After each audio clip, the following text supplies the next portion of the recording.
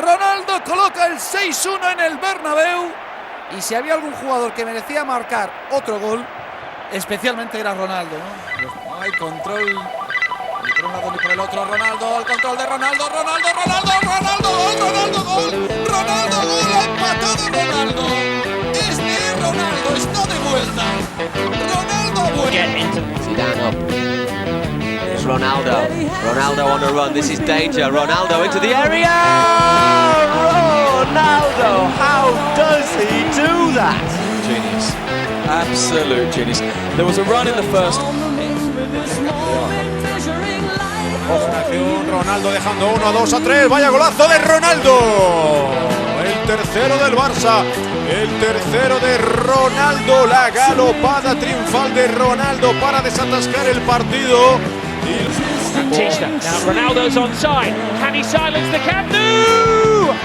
Oh yes, he can. Real Madrid and Ronaldo are back with a bang.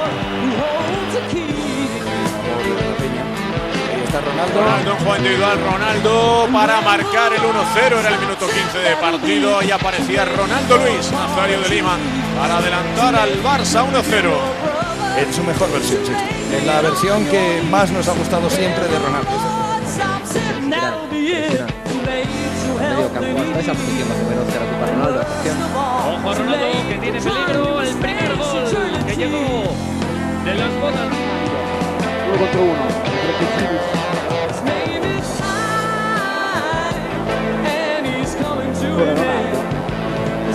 Vuole fare spettacolo. Ronaldo via in mezzo.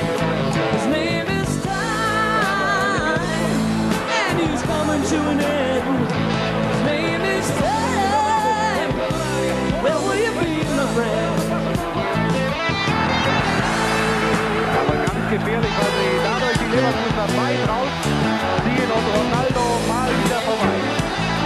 Jetzt gegen Dule, auch mal vorbei. Meine Güte, was für ein Stürmer.